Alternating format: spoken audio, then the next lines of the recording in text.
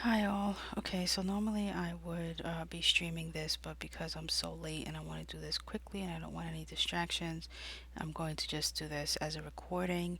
My apologies to the 8 people that I am going to be giving my feedback on for not doing this live on stream and for being, um, I think I'm like 3 days late because I think I was supposed to do this on Monday. So my apologies all around, and let's begin. Okay, so I'm going to be finishing, and this is a typo here. I'm going to be finishing round one, parts three and four feedback. And again, this is going to be in the order that it's on the post, in the order that it is in the post. It is not going to be, I didn't rearrange the order or anything else, so we're going to start with the post for part three. And one, two, three, and the fourth one here, tragedy. It's in the order that I put it in there. I took the names out of who wrote each one, but if you're watching this and you are the person who wrote whose pitch was put in part three, just know that it's in that order, and you can figure it out basically who is who. I just don't think I need to put the person's name up there when I'm just giving my short and quick feedback. I'm going to try and do any changes that I make in red mark within the paragraph. If I should rewrite the paragraph entirely, I will simply put it in the thoughts section. Otherwise, I will just put whatever brief thoughts I have in there. And again, I'm going to make this document readily available once I'm done with this and I have all 16. I will create a Google Doc, and I will give that link in the following email that I send, letting you know about part two, which is doing the setting for your short story. So you will have a link that you can access all of this in case you don't have time to watch the video, or in case you do want the actual physical copy of the changes that I made. Okay, so now we have a mystery here. In Kansas City, Missouri, a fire demon searches for his chance to ascend above to the rank of a god. But in his way lies an angel who is looking for the same goal and needs to erase him from existence. Um, okay, in Kansas City, Missouri, a fire demon searches for his chance to ascend above to the rank of a god. I'm wondering what a fire demon is doing in Kansas City, Missouri, but aside from that, just a few things. Whenever I see words like God, fire demon, angel, things of that nature, for me personally, I like to capitalize those things. I'm not sure if I'm the only one who prefers doing that, but um, that is something that I normally would do, just because I feel, especially when you're doing something like someone is becoming a god, or even something like an angel. If it's something really, I guess, specific to the story, to me it just looks better that way. So I'm just going to capitalize those. It, okay, so in Kansas City, Missouri, a fire demon searches for his chance to ascend above to the rank of a god. Okay, um, a couple of things here. To ascend above to the rank of a god. Because you're in Kansas City, Missouri, I'm confused as to whether this is past or present. And not only that, but a fire demon in Kansas City ascending above to the rank of a god. Is this Greek mythology? Because you're saying rank of a god, but not be, the god, as if there are multiple gods, is what I'm thinking in your world. You might need to give a little more information here. You only have 2 sentences, which I know I did say brevity is best. But in this case, I think you need to give us a little bit more on what's going on here, because you have too many questions. Um, just in like the first 6 words, in Kansas City, Missouri, a fire demon. And then the person reading it is like, whoa, wait, what? So I think you need to be more specific as to, I guess you could say, why a fire demon happens to be in Missouri. Was it punishment? Is that where the fire demons are forced to live? Um, is he, faced with humanity and mortality, and he's trying to be immortal? Those are things that you might want to answer. And then the second sentence, in his way is an angel who's looking for the same goal and needs to erase him from existence. Um, what confuses me here is when a person thinks of the word angel, they think of good, unless it's a fallen angel or an archangel, in which case doing something like erasing someone from existence, even though they're a fire demon, um, or seeking to attain the rank of God, which you say this angel is looking to do as well, it makes me wonder, what kind of angel is this? To me, it doesn't seem like this is an angel, or a good person, or a good, you know, uh, existential being. And I'm wondering, why do they want to be a god? Is it because a god has more power? Because I'm thinking a fire demon and an angel, they're not exactly slim in the powers department. So I need a little bit more information as to why a god. What is the big deal? What is the difference between the fact that one's a fire demon, the other one is an angel? How do they know about each other? Why does the angel have to erase the fire demon from existence in order to be um, in order to enter the rank of God? I feel like there's maybe a character missing in there, some sort of a little snippet of backstory. I mean, if you just say why there's a fire demon living in Kansas City, Missouri, what put this person there, I think that would really answer a lot of the questions that I have, and a lot of the questions that most people who you tell this to would have, and it wouldn't cause a lot of confusion. Because you put Kansas City, Missouri, which says to me that's an important part. So in my thoughts, I'm just going to quickly put, not in bold.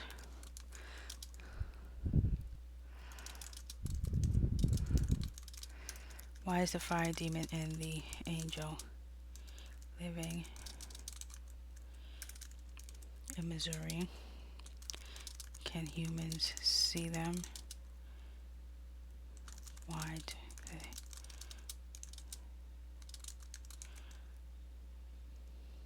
Because I'm finding, I mean, I understand you're trying, I assume the fire demon is the main character, and the antagonist is the angel, which again is odd because I wouldn't think of an angel as an antagonist. Again, an archangel, a fallen angel, maybe. So try to look into that. Otherwise, I have no issue with either of the sentences, really. The sentences are fine to me. You might want to change, I think I had mentioned it before, but I would just tweak the second sentence a little bit and just put, instead of but, you could just put, in his way is an angel whose, contract the who is to who's looking for, or who's seeking the same goal and needs to erase him from existence.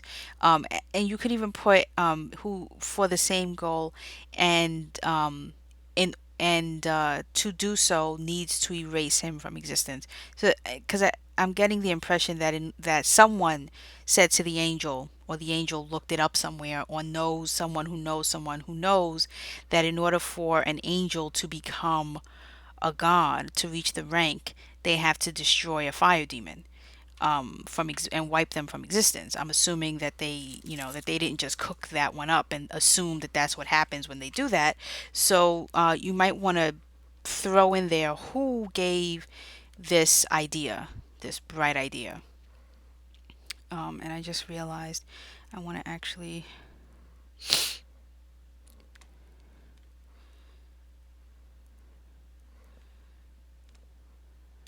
do a stopwatch thingy. Okay, so now let's move on to the next one. horror. A tattered journal was all a young man found atop the mountain. After setting his camp, he began to read with no more than the dim glow of his trusted flashlight. A storm roiled around his tent as he flipped the pages to enter the mind of a man he'll never meet. William Charger. This is a good beginning for a story, but it's not exactly a pitch. Um, like if I was to write this story, I would start it with, a tattered journal was all a young man found atop a mountain. After setting camp, he began to, you know what I'm saying? Like that sounds like the opening lines of your short story. It's not exactly the pitch, which I'm assuming in this case, the main character is this person who's camping and a journal that he finds, and it's about William Charger. Now, if this is a horror and if it's going to maintain a horror, you need to give a little bit as to what the horror is. And I will start by saying, putting the main, what I deem to be the main character. This one seems like it has two, but really, I think your story has one main character. And for me, it's who is William Charger? What makes this journal being read in the dead of night by the glow of a flashlight so interesting, so important, so necessary? You know, give us a little something as to what's going to be introduced in the journal. Wet my whistle a little bit. Otherwise, it's just a guy finding a journal. Big deal. I understand you're trying to put the ambiance of, he's reading the pages in the darkness with the glow of the flag. That stuff, leave it for the actual short story. Don't use it as your pitch. Your pitch is short, is sweet. It needs to give information, not window dressing.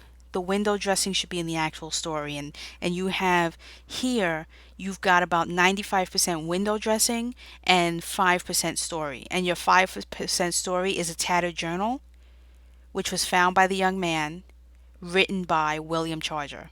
That should be your first story, your first sentence.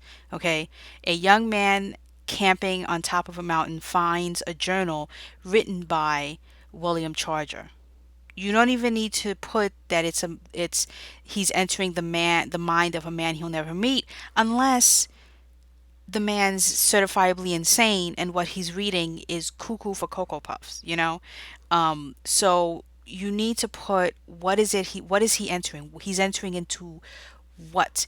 Into the mind of a serial killer, into the mind of someone who is plotting to do something. Is this journal 50 years old?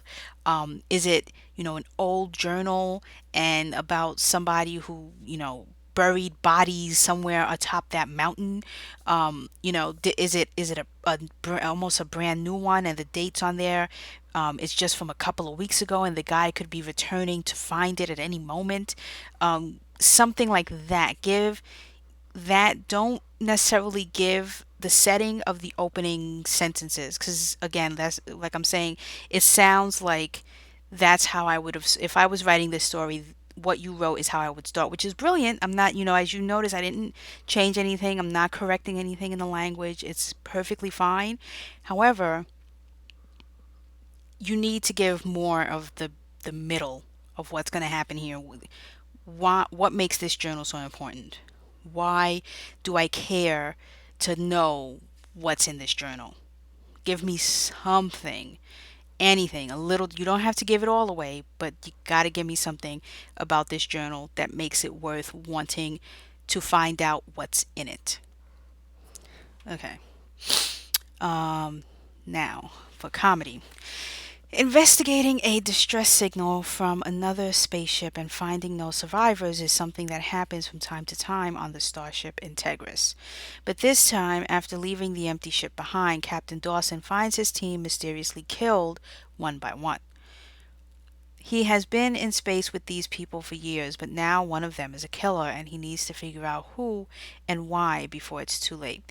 Okay, this pitch is reminding me of something that I'm going to make sure that I put in my email to everyone. And this will be also for people who've already sent me their round two. I will give them an opportunity, more than ample opportunity, to make this correction as well.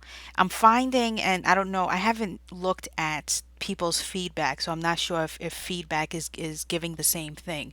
But I'm finding that some of these pitches are not in the genre that they say. Like this one is under comedy, but it doesn't read as a comedy. I don't know if it's intended to, if it's going to read funny. But I'm going to say this to everyone who's in the workshop. I realize that you start thinking you're going to write one thing, and then before you know it, after you've plotted out the character, after you've outlined your story, after you've done all those things, you find it's actually working better under something else. Like this one might work better under mystery, because the mystery is which one of his fellow uh, shipmates is the killer. Okay. Can that be written as a comedy? Of course it can. But I'm going to give everyone an opportunity to change to another one of the four genres. So if you have comedy, but it's not exactly comedy, it might fall better under tragedy, mystery, or horror, then you can do so um, before round three. I'll think about if I feel it necessary to give you the opportunity to change it again, because I feel like at some point you need to stick with what you got, and not change genres too much, stay in that lane. So, to the person who wrote this one, if it's going to be a comedy, great, leave it at that, because that would be, truly interesting to see. But if you feel it might fit better under the heading of mystery, I will give you ample opportunity to make that change, and it will be uh, dictated and plotted out in the email that I send to everyone uh, before this night is over. Okay, so let's go back. I love the opening sentences. The only one that I might change is the second sentence. It reads a little funny. But I love that, investigating a distress signal from another spaceship and finding no survivors is something that happens from time to time on the starship Integris. Like, that's what they do. But this time, after leaving the empty ship behind, I think you should put, but this time, once once having left the empty ship behind, Captain Dawson finds his team being mysteriously killed. Period. I don't know if one by one needs to be in there. Um, you can keep it or leave it or keep it, or you could even start with it. You could put, from time to time on the Starship Integris, one by one, his team begins being mysteriously killed after leaving the empty ship behind. I think that might even sound better, to start with one by one instead of ending with one by one. You might want to start with it. Um, he has been in space with these people for years. This is the only one where I don't know if you need this, because when you say that, um, the way it starts, where you say something that happens from time to time on the Starship Integris, to me, and I think to any person reading this, they would assume that this is something that they do often. Hold on one second.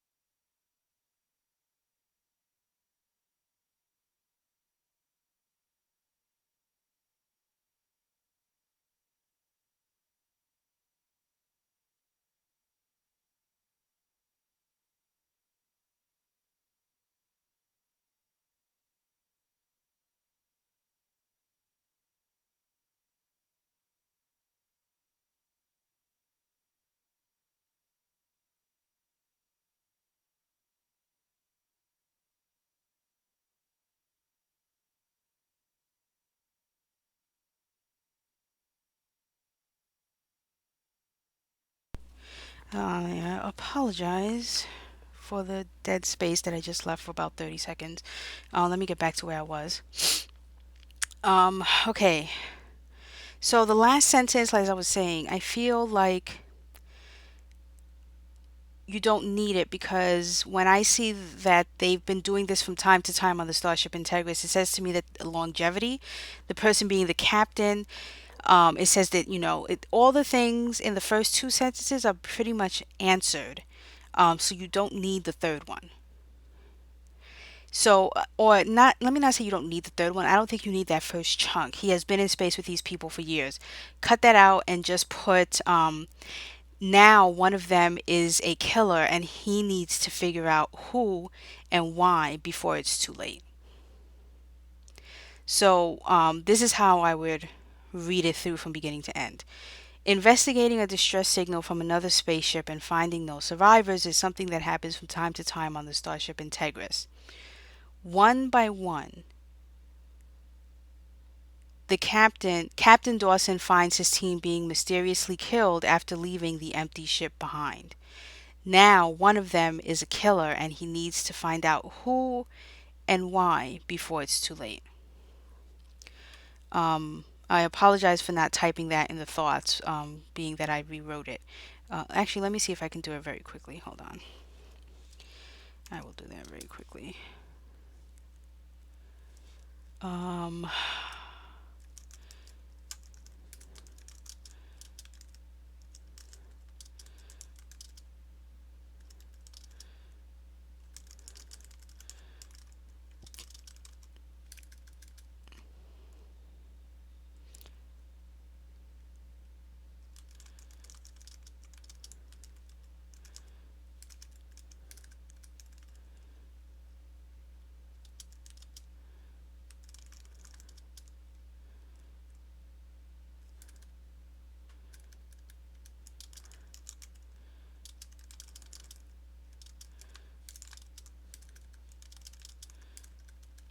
happens from time to time.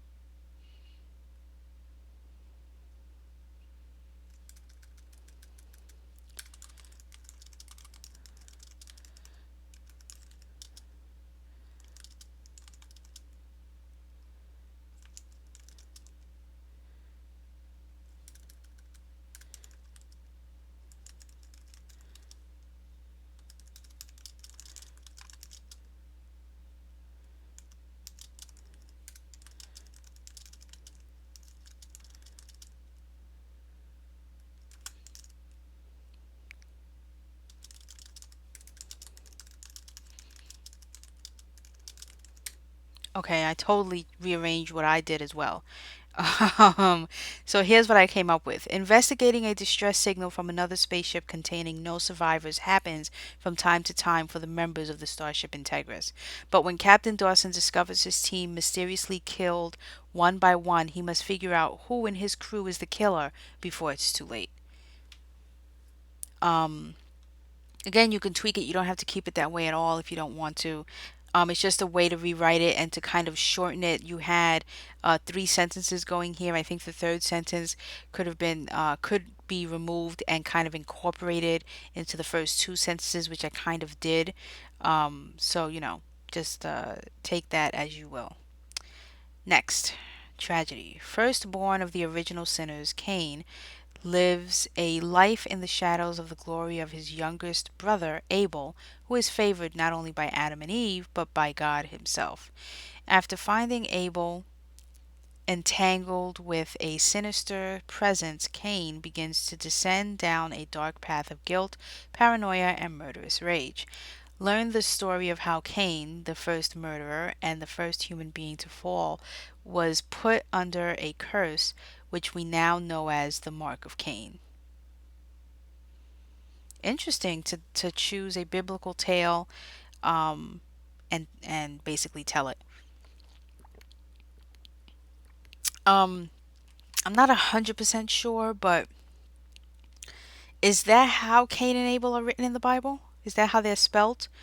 Um, Number one, and number two, if not, was it intentional? Um,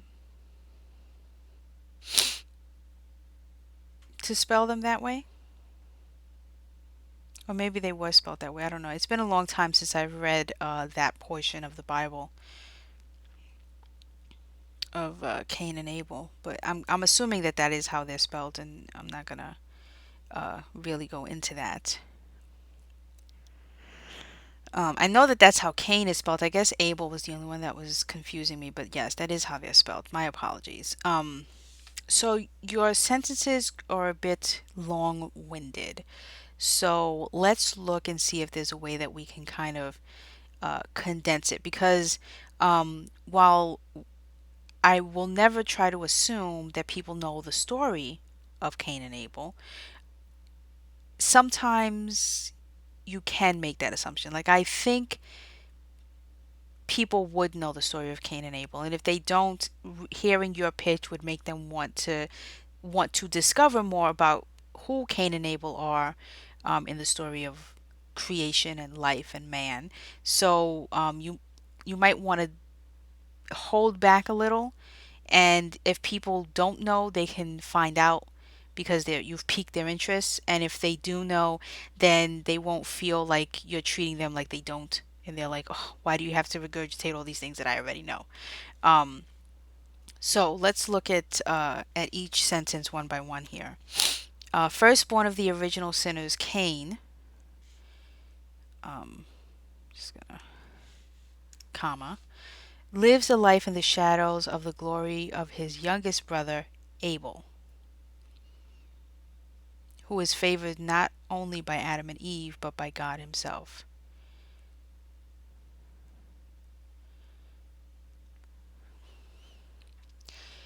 Um, I can't, let's see, lives in the shadows of his youngest brother, Abel. I'm actually gonna rewrite that here.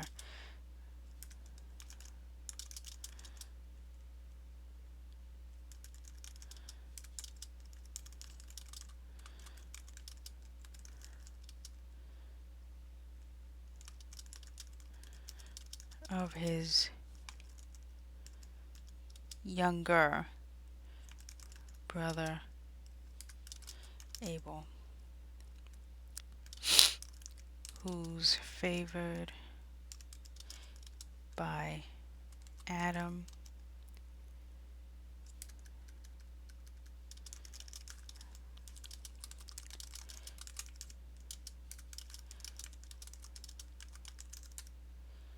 Okay. After finding Abel entangled with a sinister presence, Cain begins to descend down a dark path of guilt, paranoia, and murderous rage.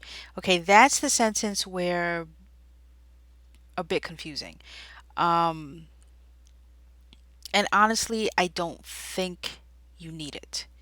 Because let's see what happens when we get rid of that sentence altogether and just put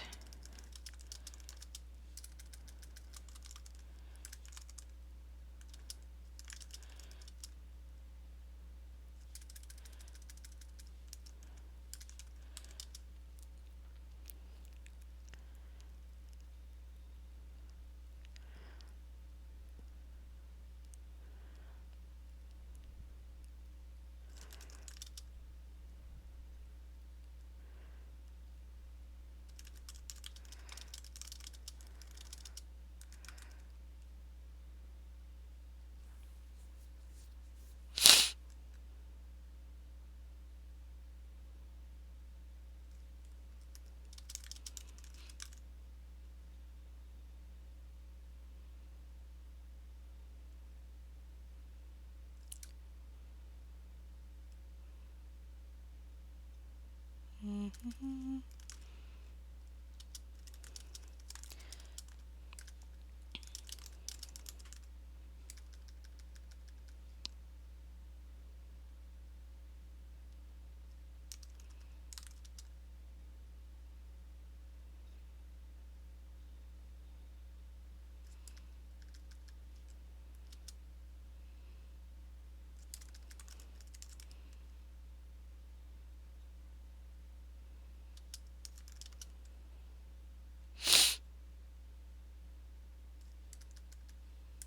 Learn the story of Cain, the first human cursed.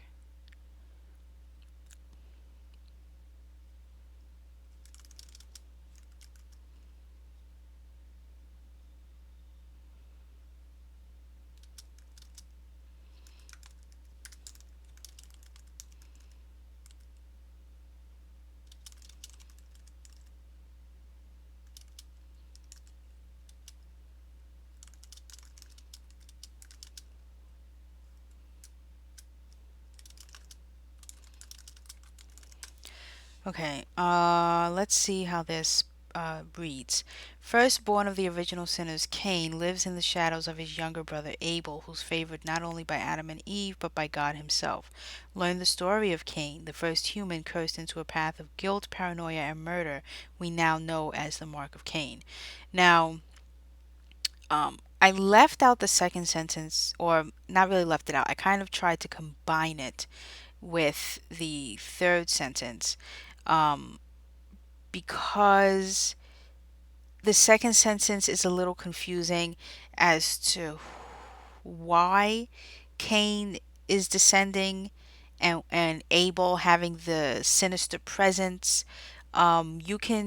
You can put all those things in there. You can leave all of them in there.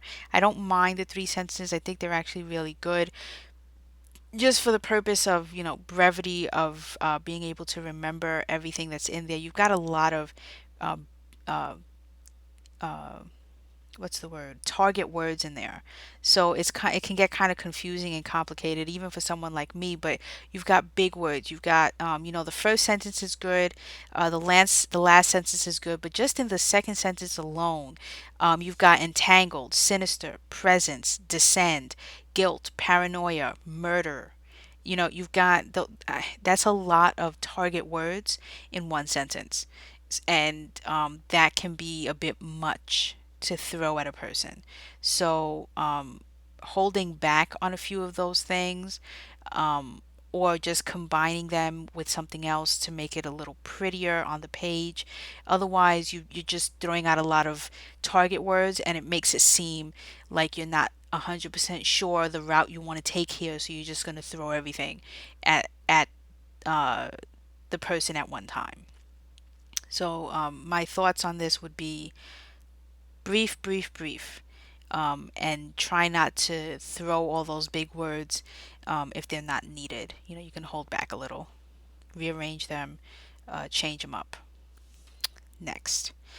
A washed up programmer once one of the best in the world has one last shot. Finish programming a self-driving car for Takuro Motors, the largest car manufacturer in the world. But he finds out that someone has tampered with the code. He investigates further and learns that the car is programmed to be callously utilitarian, to sacrifice the driver's life if someone more valuable is in danger. He learns that it's Takuro itself that has inserted the new programming and decides to blow the whistle even if it costs him his career or more. Whew. Okay, that's a lot. Number one.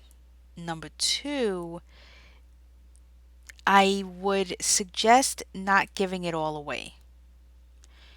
I don't know if there's more mystery to be revealed here, but it sounds to me like it gave the mystery away, in terms of, he needs to find out who is tampering with the code, and then in the last sentence, you tell us. So, what's the mystery?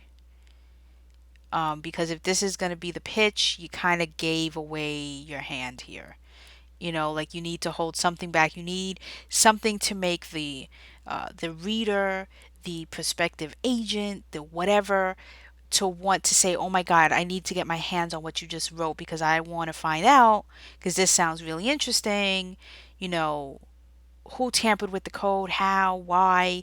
You gave everything away in this paragraph and you left nothing to mystery or discovery here. Um, you need to chop away a lot of this. You can start out by saying a washed up programmer, or you could start off by saying one of the best uh, programmers, and you're saying he's okay, he's a washed up programmer, but he's one of the best. So, or he was once one of the best. Um, has one last shot, and then it's to finish programming a self-driving car for Sakura Motors. Okay, you don't need to put that it's the largest car manufacturer in the world. You can leave that out. Um, you can leave in um, he finds out that someone has tampered with the code. Okay, and then your last sentence should be, or your continuing sentence should be once um, while attempting to fix the code, okay, or while attempting to finish the program, he finds that someone has tampered with the code and now must decide what to do before it's too late, before he it costs him his career, or when he finds that someone has tampered with the code, the consequences of blowing the whistle could cost him his career or more. Okay, and leave out all the things, um, like what the code does when he investigates further, the car is programmed to be callously utilitarian. You're telling too much of your story here. You're telling everything right here, so why do I need to read the story? You already told me. You told me the beginning, you told me the middle, you told me the end. What do I need to read it for? You told me all the juicy details, you told me the mystery. What do I need to solve now? There's nothing to solve. I already know. Um, so hold back, hold back, hold back. I suggest scrapping the last like two or three sentences and attaching a little bit of it to the end of the second sentence, which when he finds that someone has tampered with the code, he must decide if blowing the whistle will cost him um, his career or more, or something like that. Okay, um, but leave out all those juicy details. Ooh, what did I just do?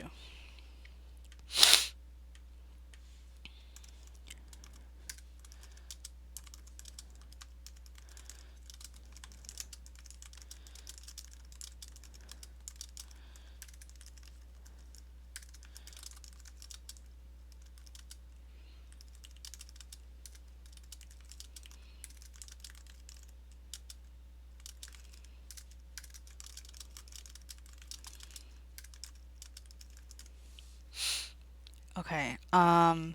This right here, I could tell you already too long. Already I could tell you I don't even want to read it because it's too long. It's two paragraphs. Uh, this is entering the realm of a synopsis. This is not a pitch. Um, you've gone too far. You've gone too long. I'm going to read the whole thing right now out loud, but I can tell you already, if it were me, I would have chopped out the whole second paragraph and just read the first paragraph, and you would have been screwed if there's really important information in the second paragraph. Um, and I honestly I don't know who wrote this, but I when I was going to put this up and post it in the site, I really was going to get rid of the whole second paragraph and just put the first paragraph, and that would have been that. And you probably would have come to me and said, I wrote more than that, but I remember saying five sentences and five sentences only. Um, if this is actually five sentences, they're some of the longest sentences I've ever read, which would be another issue because that would then be too long. And as I'm eyeballing this, it looks like it actually is five sentences. One, two, three, four. It is 5 sentences. So let's see what happened here because these are really long sentences then. Let's go. A recent college graduate returns home on the high noon train greeted by his brother, the now sheriff, to a very different town than he had left 4 years ago. Way too much information in that first sentence. All you have to put is a recent college graduate returns home to meet his brother. To meet his brother who is now a sheriff. That's it. And you could probably chop that even more the further I read. Golden Spurs was once a thriving town, drawing in hundreds from all over the state for its heavily gold saturated river, but a few years' drought has left the river dry. I don't think we need any of that. I'm going to keep reading. Gold prospectors flee for richer soil, and water becomes scarce, driving much of the population to more flourishing towns. I don't have a sense as to what this story is yet. When a mysterious hermit enters town looking to trade a substantial amount of water for supplies, he attracts more attention than he intended and becomes a target for a band of outlaws. The sheriff of Golden Spurs must now stand behind his badge and six-shooter for his town, working closely with his brother, utilizing his intellect and craftiness to protect the hermit and save their hometown from becoming a desolate ghost town. Okay, so the first sentence you can chop in half. The second and third sentence you can scrap completely. You don't the knit and the grit here happens in the second paragraph when we meet the mysterious hermit. And a few things about that. Um, he wants to trade water for supplies, but he attracts more attention. Is it because the town is a drought? And so my one of my main questions here would be, how is this water stored? How is he trading water exactly that they need to get to him to get to the water? Like he has it hidden somewhere in a mason, in like thousands of mason jars. That to me is more important than the fact that you could mention that Golden Spurs uh, is having an extreme drought in exactly the way I just said it. You don't have to put all of, it's drawing in hundreds because of the gold saturated river, and because it seems like none of that is important at this moment. It doesn't matter that their river is saturated with gold, or that gold prospectors, because you all you mention is that he's getting attracted because of his amount of water and the drought. So the gold stuff, get rid of it. Not important to the story at all.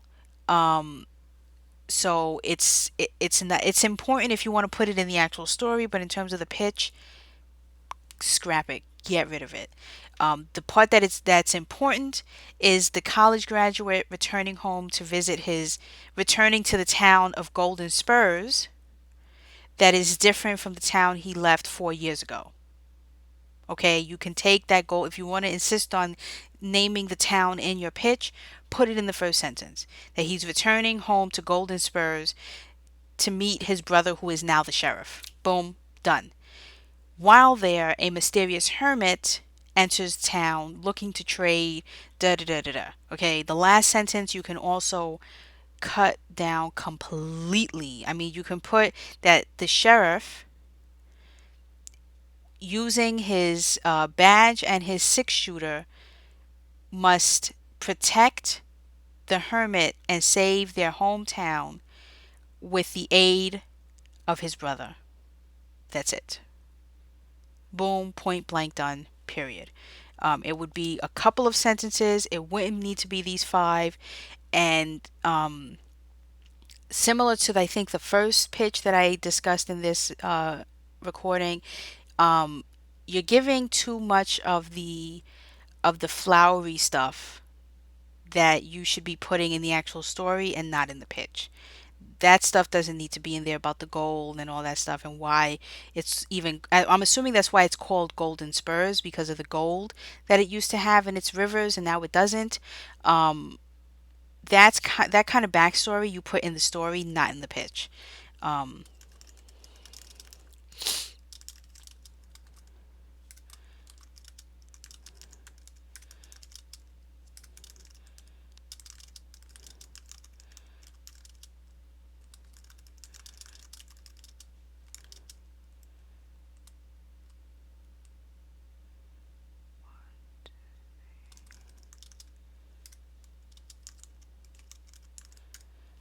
yeah, so you would only need to really have this be told in two sentences, and you'd be done.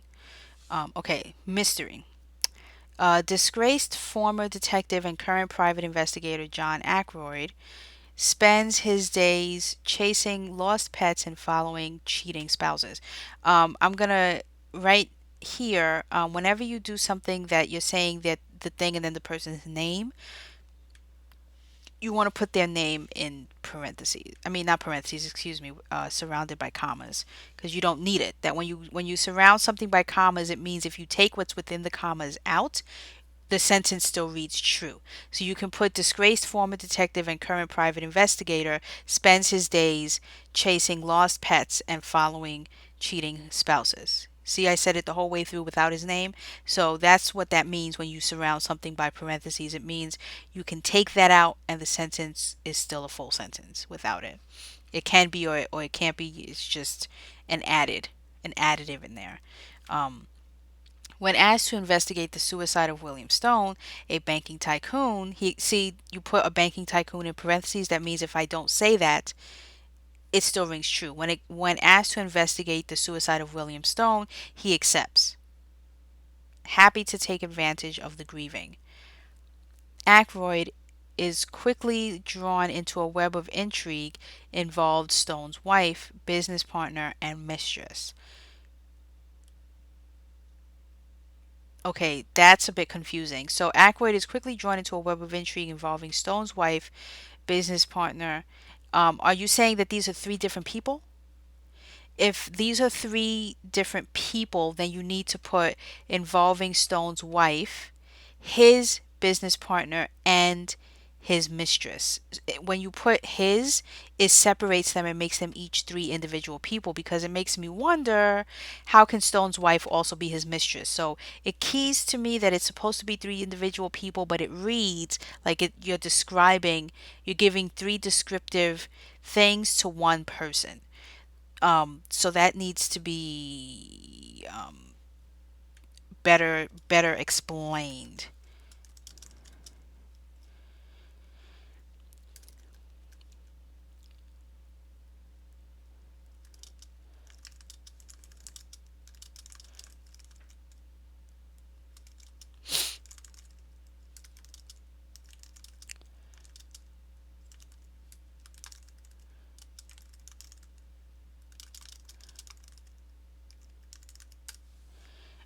Okay, against the backdrop of New York in the Roaring Twenties, Blood from a Stone is a mystery packed with intrigue and suspense.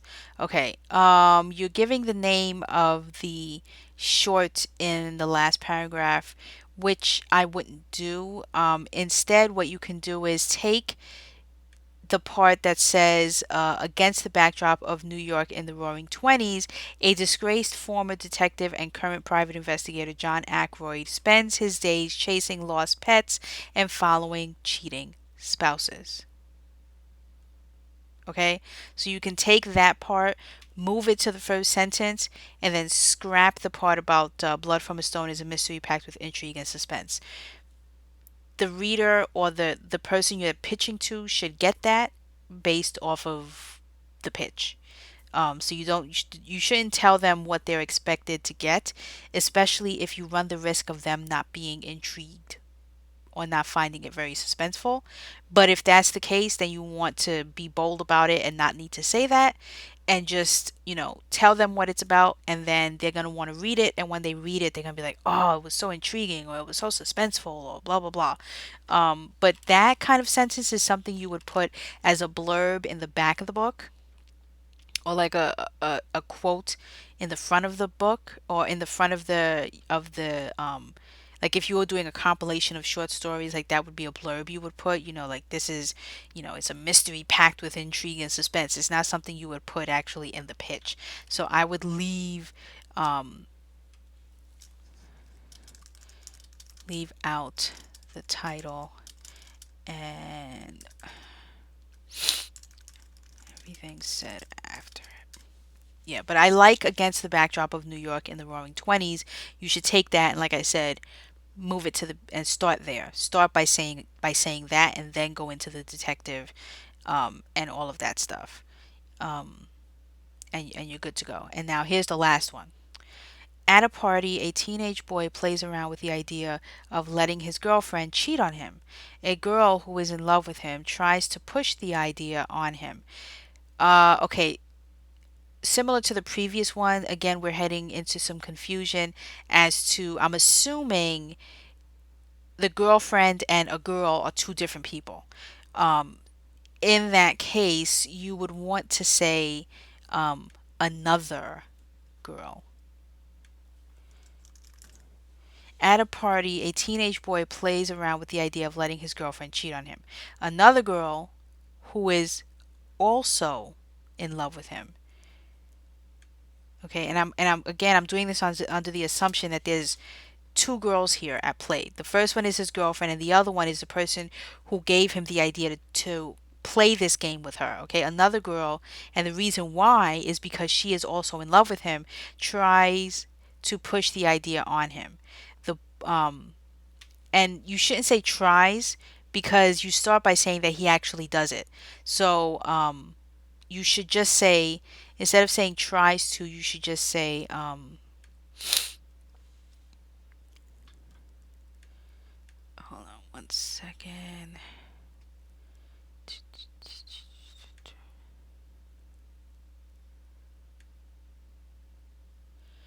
Oh, that wasn't what I wanted. I wanted that. Um, also in love with him, pushed the idea on him. The boy only wants to figure out how to make sure he is a good person. So he wanders around the party to vacillate with the girl tagging along, and uncovers more rumors spreading about him sprouting. Um, okay, a couple things here.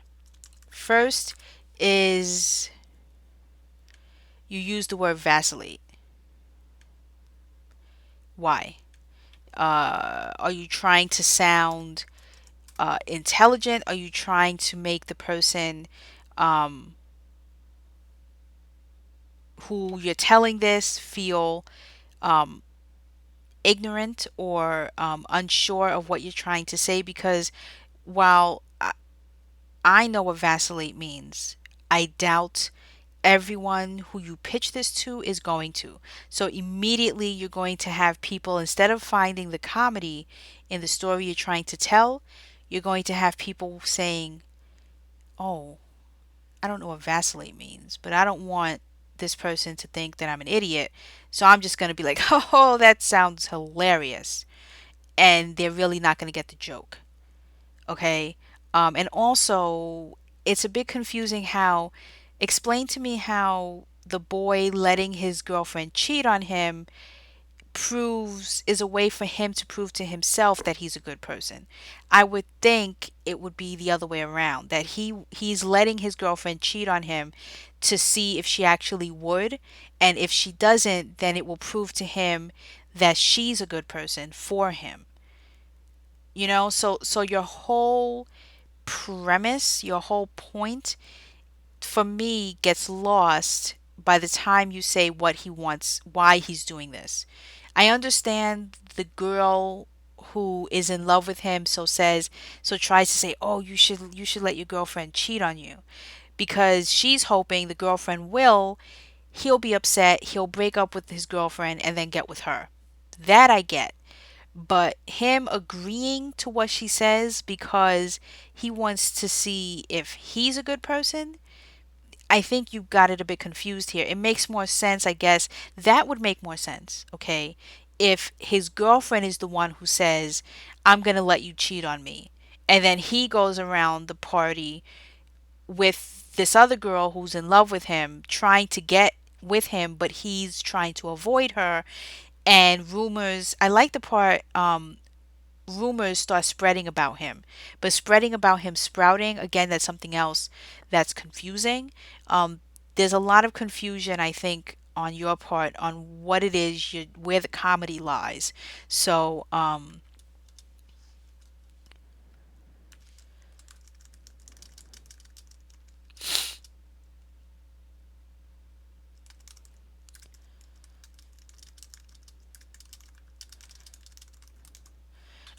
yeah, so you need to basically uncomplicate this. Well, and what I suggest you do is to do this. And we're going to actually get to it in round three. So I really hope you stick around, whoever this person is, when we get to round three, which is characters. But I want you to start thinking about this, already. And I'm wondering now, after I've looked at this last one, if maybe I should have done characters in round two and put setting in round three. Um, because what I think you need to do is do a three columns, and put girlfriend, boyfriend, and then the other girl. And you need to decide who is what to the story and why. The boyfriend is the cheater, or the one who suggests the cheating, like you need to have three columns here, and you need to give the pros and the cons, the who, the whys, the hows of each one of these characters. And then maybe if you have all of that down, it will give you a better sense of the order of things that take place here and why. And then it would make a bit more sense, because at the moment it is a bit confusing, because again, like I said, I started out by saying, wait, is the girlfriend and the girl the same people, or is it two separate people? So you need to get that a little more ironed down here. And maybe adding names, naming the teenage boy, naming his girlfriend, naming the other girl, might make it less confusing. And also, don't use such big words, like vacillate. What is vacillate? Just say it. um, and it would actually probably, make a little more sense. And then when you say with the girl tagging along, which girl? His girlfriend or the other girl who's also in love with him? Um, and if she's also in love with him, or if she is just in love with him and his girlfriend isn't in love with him, why? There's a lot going on here that I feel like you're holding it back, but it would be okay to just release just a little bit, so that it's a little less confusing. Okay, so that ends, my feedback on all 16 of the pitches. At this moment, I believe we only have 11 now. We went from 16 to 11 people in the workshop.